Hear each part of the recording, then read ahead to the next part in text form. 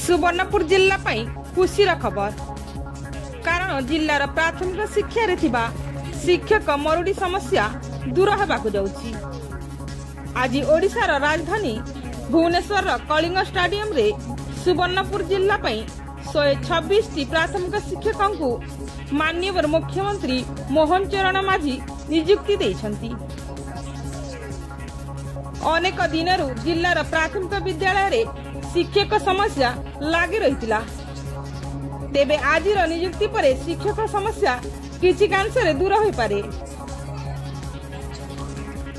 गतकाली राति रे सुवर्णपुर जिला शिक्षा अधिकारी श्रीयुक्त लक्ष्मण भयंकर नेतृत्व रे 4टी बस माध्यम रे एही 126 जन शिक्षक और शिक्षयित्री भुवनेश्वर कलिंग स्टाडियम को जाइथिले।